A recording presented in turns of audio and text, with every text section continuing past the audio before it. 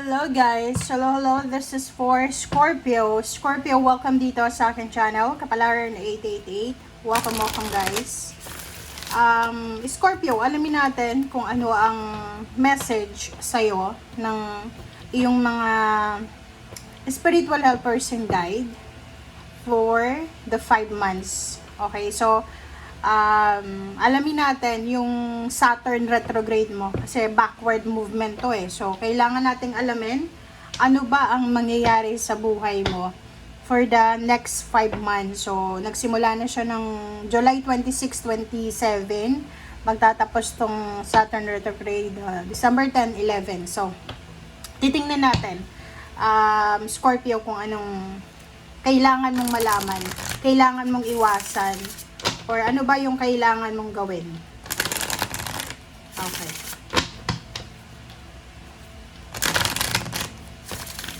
Mga awareness ba? Kung ano yung mga kailangan nyo.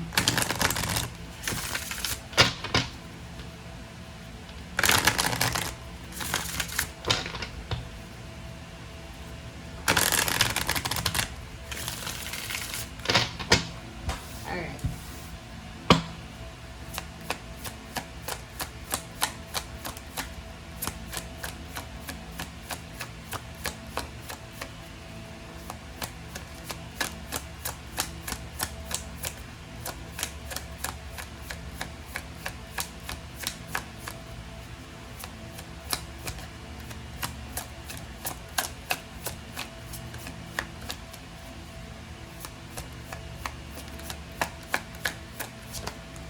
Okay, Scorpio. So, water sign energy ka. So, tingnan natin ano ba yung mga dapat mong iwasan, dapat mong gawin, or mangyayari sa'yo. Okay, number 25, number 7, number 32, number 5, number 39, 9, 10, 11, 12. So, there's a completion. Okay. Sa next 5 months na to, mag-iingat ka. Okay, you need to be careful sa mga manluloko, scammer, traidor. Alam mo yung mga Scorpio, hindi sila mabilis maloko kasi bago kayo gumawa ng desisyon, pinag-iisipan yung mabuti. Kumbaga, tinetest nyo muna. Hindi kayo basta-basta naniniwala. But, ngayong 5 months na to, since backward tayo Saturn retrograde. So, guys, baka magalit na naman kayo sa akin. Kaya ayokong nagre-rate kasi pag ganito, nakakabasa ko ng mga hindi dapat basahin. Parang, di ba, gusto kong wag na lang basahin, pero anong use ng pagbabasa natin dito, 'di ba? Ang use ng channel natin na kung puro lang positive yung sasabihin ko. Okay? Hindi ko naman pwedeng sabihin na ito positive ito. Hindi ko naman pwedeng sabihin niya na positibo. Hinahanap nga natin kung anong mangyayari. So eto na. Okay, ihanda mo ang sarili mo, Scorpio. Unang-una, the door to spirit. Okay. Mayroon na mga, sorry but this one is super important. May mga namayapa na, okay, sabihin natin, may mga namayapa na nasa spiritual world na sila Meron silang mga grudges and resentments sa iyo. Alam niyo yon? Siguro yung mga edad nyo nasa 50, 60, 70, parang ganun, or bata pa kayo, depende. Kasi atong door to spirit na to, hindi sa tinatakot kita Hindi sa tinatakot kita. Pero, yung Saturn retrograde mo, in terms of your, like, kung naniniwala ka sa mga, tawag dito, di ba sa probinsya, naniniwala kayo na may mga nanuno, ganyan, ganito, nakita, matanda, na parang ganon. That's the spiritual, or the soul, okay, ng tao na namatay na siya. Kumbaga namatay siya pero may grudges siya na nakikita, or the grudges and resentment, suklam, galit sa'yo. Okay, kung bata ka pa ngayon, like nasa edad ka ng 40, 30, 20s. Magtataka ka eh, kasi bata ka pa. Pwedeng yung lola-lolo mo, may ginawa ka sa kanila na hindi nila nagustuhan. So, kumbaga, nang namatay sila, dala-dala nila yung grudges and resentments. Pero, mayroon din na ganitong senaryo sa spiritual guys. Minsan may ginagawa tayong hindi maganda sa kaedad natin. Like kung nasa 20s ka, sa school, college ka, tapos involved ka sa bullying, binuli mo yung isang tao, isang classmate mo, kaedad mo, hindi mo alam, yung classmate mo pala na yon, meron siya na spiritual helpers, which is yung kanyang mga ancestors. Kaya alam nyo ba guys, mahirap, kahit saan man sulok tayo ng mundo pumunta, kailangan nating magpakabait, kailangan natin na maging matalino, kasi hindi lahat ng tao na nakakaharap natin, hindi tayo sigurado kung ano bang taglay na kapangyarihan ng taong yan. Protektado ba yan yung Kasi yung iba iniisip lang nila, alam mo yung tao ngayon, iniisip lang nila yung protection na nakikita ngayon, like anak ng militar, anak ng politiko, anak ng judge, anak ng kung sino-sino na mayaman, yun lang yung kinakatakutan ng tao. Pero yung iba hindi natatakot doon sa mga kahit nga taga-probinsya, di ba? Na hindi sila natatakot kasi mahirap lang yan, walang protection. Hindi mo alam, spiritually protected pala yan. So, sa nakikita ko sa'yo dito, mag-iingat ka. Siguro kailangan mo ng protection, mga ganun, mga spells, or kung ano pa man ng mga kailangan mo sa katawan mo. Kasi alam mo, ngayong 5 months na to, July hanggang December 11, kung sino man ito na ginawan mo ng masama, unang-una, yung taong yan, highly protected yan, spiritually protected. Hindi mo nakikita na siya ay highly protected, pero sa spiritual world, marami siyang mga ancestors na pumoprotection sa kanya. And at the same time, si Archangel Gabriel, nasa taong yan. Lalo kung niloko mo yan, like ex mo ba yan? Okay, halimbawa, naghiwalay kayo ng ex mo. Naghiwalay kayo ng ex mo, niloko mo siya, nagkaroon ka ng another karelasyon, hiniwalayan mo siya kasi ayaw mo na. Which is, nasaktan mo siya. Hindi mo alam, yung taong yun is highly protected pala. Kahit sabihin natin na masama ang ugali niya, pero may mga spiritual na pumoprotection sa kanya. Kaya nga sabi ko, 'di ba, sa lahat ng zodiac sign, mag-iingat tayo. Wag tayong maging complacent, 'di ba? Na parang akala natin lahat ng tao kaya natin. Dito sa barahang ito, kung sino nakinig ka, Scorpio, may magko-comment na naman diyan sa baba, sa comment section na ay ako hindi ako manloloko. Okay, so kung hindi ka manloloko or wala kang naloko, wala kang nasaktan, walang tao na umiyak because of betrayal, okay lang. It's not for you, this reading. Pero kung meron, aware ka dapat na ang Saturn retrograde, pabalik yan. Ibabalik sa'yo lahat. So, unang-una, deceit. May trinidor ka ba? May chinismis ka ba? May tao bang inabandona mo? May ginawa ka ba sa past mo na nagbigay ng pain and heartache sa mga tao? Kasi yun ang babalik sa'yo.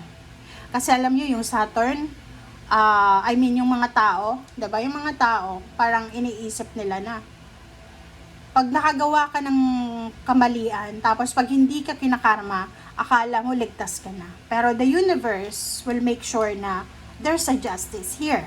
Okay? So, ganun.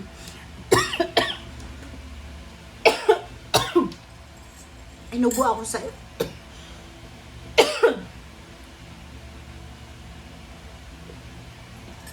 Diba? Alam mo kung bakit ako inubo? Inubo ako kasi yung spiritual helper na to, ng taong inapi mo, or may ginawan ka ng masama, pinipigilan niya ako. Diba nagsasalita ako ngayon? Nagsasalita ako. Pero pinipigilan niya ako magsalita. Pinipigilan niya ako na magbigay ng warning sa'yo. So, Scorpio, kung wala ka naman na inagrabyado, niloko, trinidor, exempted ka dito ha. Wala ka dito na pananagutan. Pero kung sa puso mo meron kang niloko, meron kang iniscam, trinaydor, meron kang sinaktan na lumuha talaga siya, umiyak siya, maghanda ka. Prepare yourself. Kasi eto na talaga yung sinasabi na ibabalik sa'yo yung pain, okay? Yung pain and heartaches na naramdaman niya during that time na siya ay nasaktan. Okay, nagets nyo? Nagets nyo guys?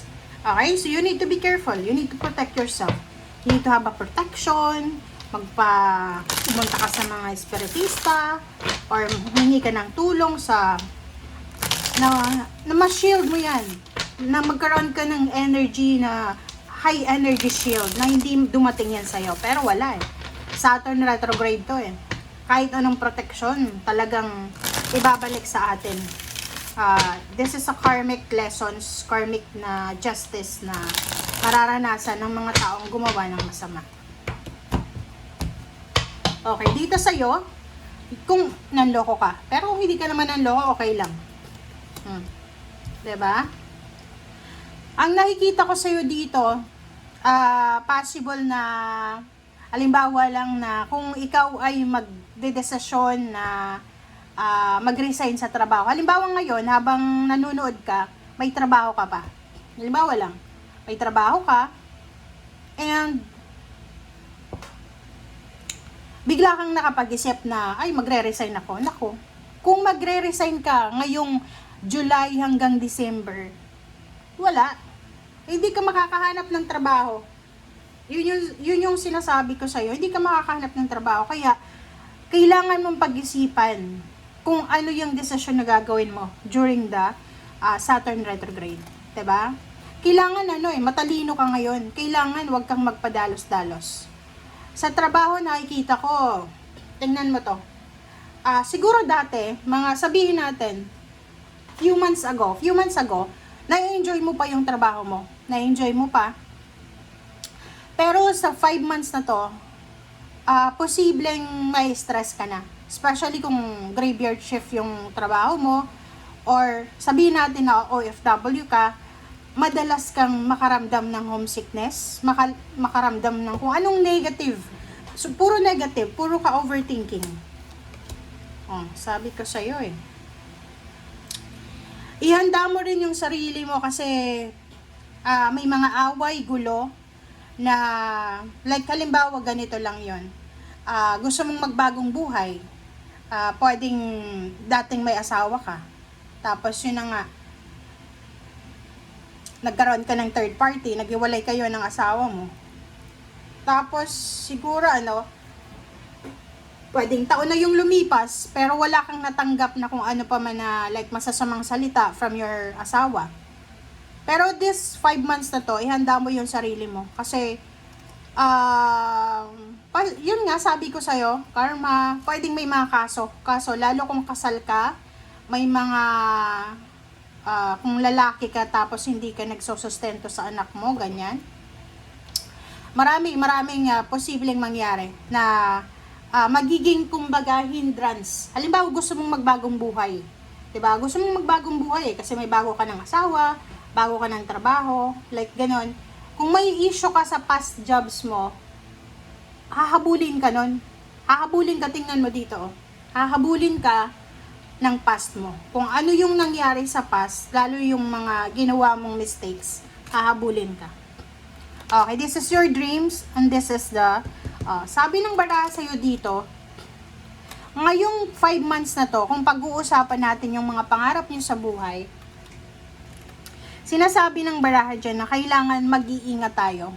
Huwag tayong, kumbaga, pasok ng pasok sa kung anong investment, ganyan. Okay, you need to be careful. Maging careful kayo kasi sa nakikita ko sa inyo dito, masyado kayong aggressive sa approach. Halimbawa, may konti kang pera, gusto mo magnegosyo agad, gusto mo magpatayo ng bahay agad, gusto mo magpakasal, gusto mo pumunta ng ibang bansa, gusto mo mag-travel, you need to be careful. Sabi ng baraha dito, ano man na pinaplano mong pagsisimula, especially if it's about your money, lump sum of money, source of income, magdahan-dahan ka, maghunos dili ka. Okay, so 10 of swords and 3 of, sabi ko sa'yo, 'Diba? Iwasan natin sa 5 months na to na mag-launch ng mga businesses, even online businesses. Like, yung iba pinaplano nyo, kung anong plano nyo ngayon, mag-slow down ka muna. Slowing down, yun yung pinaka-safe na gagawin mo. Okay, next naman ay, if you are waiting for someone, like, may hinihintay ka na nag-promise sa'yo na, uy, tutulungan kita, ire-recommenda kita, ganyan, ganito. Sorry, but sinasabi ng baraha, imposibleng mangyari yan. Imposibleng mangyari. Kasi, babaliktad niya eh, 'di ba? Babaliktad. Posibleng kung ano yung ginawa mo sa past, kung may ginanon ka, ganun din yung mangyayari sa iyo. And the last is you're the fool, and number 2 to the high priestess. Sinasabi ng baraha na paghandaan mo kung anong mangyayari sa 2027. Okay? Kasi sa ngayon, sa 5 months na to, medyo ano to eh, slowing down. Huwag kang masyadong gumawa ng desisyon tulad ng ginawa mo, risky 5 months ago, 5 years ago. So, kumbaga, ngayon, kailangan, pag-isipan mo, isulat mo, ano ba yung mga pros and cons? Bakit ko kailangan gawin to? Or bakit hindi ko dapat gawin to? Okay? Basta kung ano man ang bumalik sa'yo ngayon, na 5 months na to, mga, parang mistakes mo, failures, tanggapin mo siya. Kasi, wala kang dapat sisihin. Walang, take accountability, di ba? Maging accountable tayo sa kung ano man na ginawa natin. Huwag nating isisi sa ibang tao. Okay? Thank you guys. Bye!